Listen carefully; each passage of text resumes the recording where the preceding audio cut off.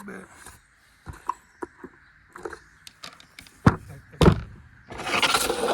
So I carry this bucket with me, this old Lowe's bucket, and I got all the tools out of it right now. I got mostly everything in here. But if I go working with a chainsaw, I will bring, obviously, you know, bar oil. I'll bring my special sauce. I'll bring 40-to-1 fuel is what I use. And just this little container I've had forever. It's just that. But I mix up non-ethanol fuel and Echo Red Armor 40-to-1 into this container. I know exactly where to, you know, fill it up at. So I don't know how that long this will last. It's kind of worn out. I need to find something else probably, but it pours in really nice, you know, the laundry detergent cap. So anyway, I'll bring that, and then I will bring this vise right here. Okay, this thing is so handy. You can fasten it to a table or a piece of, you know, like you know, notch out a piece of log or whatever if you don't have like your stump vise. This is really versatile, and you can put, you know, you can sharpen just chains in that if you want, if you have just raw chains, which, you know, I like to do if you see any of my other videos. Or you can, you know, clamp your bar to it and sharpen, or, you know, you obviously can do many other things, but it swivels like this. See, it's got the little lever here. You see, it's small, but it's really heavy little vise, but it's a USA made vise, so I don't know, I thought it was kind of cool. You do a little bit of work with that. I got my yellow tape, but that's for racing. And I got several chains down in here, just loose chains that are already sharpened. I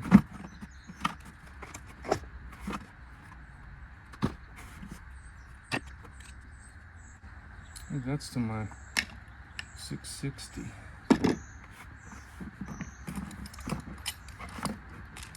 Obviously I have trash in here too. Oh, there's my stump vise. So you know, I'm all about these clamps and vices. If you guys, this is just a cheap Timberline or timber. What's it called? Timber something. You get them. I got this at like Menards, I think.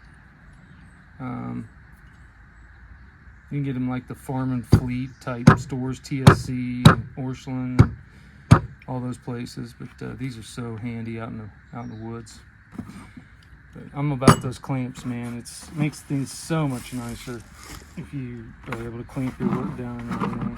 See, and I got like a bunch of chains and stuff down here. I got more. So yeah, obviously I have pretty much every size round file in here on my in my pouch. So you saw the all the heavier duty stuff that I have in my pouch. And you saw most of the other stuff too, but I'll show you. What I do is I bring stuff for, you know, like an emergency situation.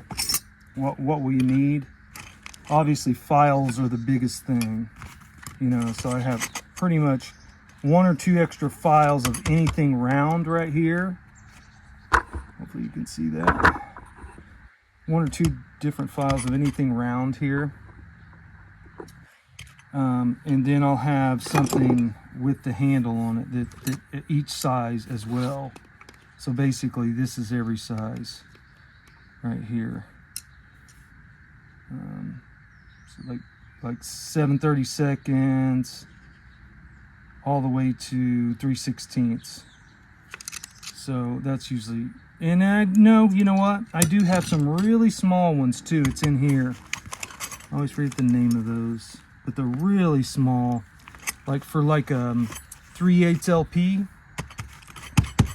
that type. So anyway, I have those two, but I also, you know, the main thing is I have these ready to go, and I have them like, I know what what's on the black handle, I know what's on the wooden handle, I know what's on the orange handle. So there's that. Then I have a couple different flat files for rakers and depth gauges, because you know you're in the woods and you got to have this stuff. You got to, almost every time you file your chain, you should at least look at your rakers, and I do, and I just go through, and that one little swipe, that one little touch means a lot. That could be the difference in your saw cutting really good and not cutting good, as you probably know if you cut. So anyway, there's a couple different flat files, and then also I have these two square file systems here. This is the double bevel, and this is actually the same profile. Again, some people call it the triangle file, but it actually has 6 sides, like a hexa, right? And this is also for square grinding. I always forget the name of this one. It's some weird name. Most people just call it the triangle file, but that is definitely for square profiles as well. This is what you can get that hexa type filing on your chain with if you don't have a hexa file. So, and then obviously you can use this with the on your rakers as well. Never can have too many backups, huh?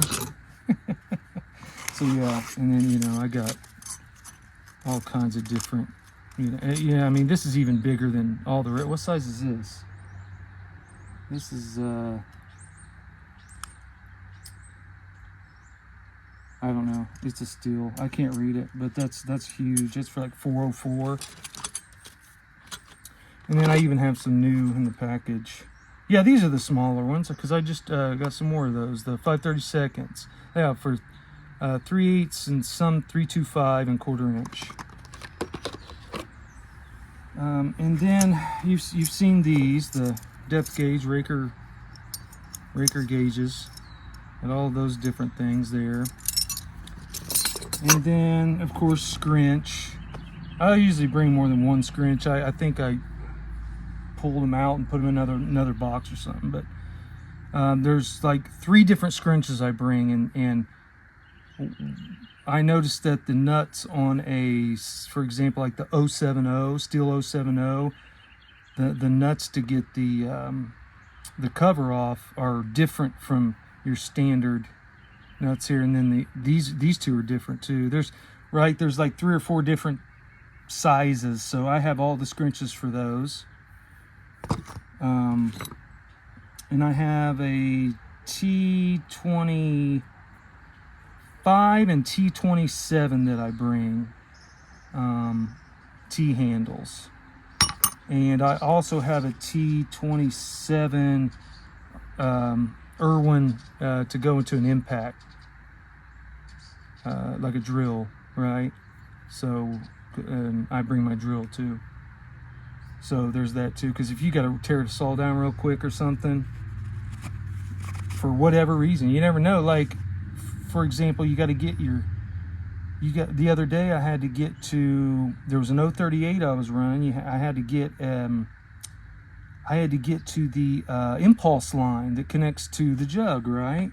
And I don't know if you ever tried to reach that thing, but it's difficult. And you had to take all the covers off, and you probably should take other things off, but I didn't. I can finagle it with these. I love these things right here. These little pliers, little small wire pliers, like for electronics work. And these are handy for so many things. I don't know if you can see how thin those are, but they're really nice. Really nice. You drop a screw or need to put a line on the carb, or impulse or whatever. These are super duper handy. I'll bring this carb adjustment tool. It's I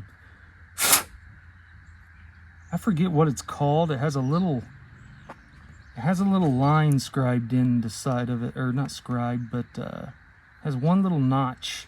And I know I had a few Dalmars that had the Hi-Jet was took that tool. And then also, this is actually from my Solo 6881. It's my good luck tuning screwdriver, so I always bring it with me. And Blackmagic marker if you want to mark something, or your chain, for example.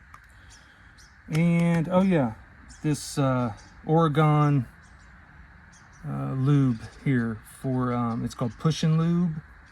You can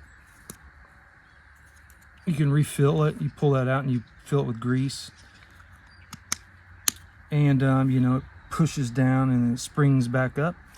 This is great for bar tips and also your clutch bearing, and probably other things like a weapon. Anyway, so I just put it in a bag. Put all my tools in the bag. I bet this bag right here. Killinger loves these kind of bags. These roll bags. Go harass him about that. He'd love it. Just buckle it. Tighten it if you want. There it is. And just put it in my bucket here. And you know, I usually have tools here too, like I have bigger pliers and vice grips and stuff sometimes, and it just depends what I'm doing. All right, so if you went to Sawfest, I got a question for you. Someone was passing these out. It looks like a little hammer. Someone was passing these out, and I have no idea what they are for or what they're... Does anybody have any idea what this is? Please let me know in the comments.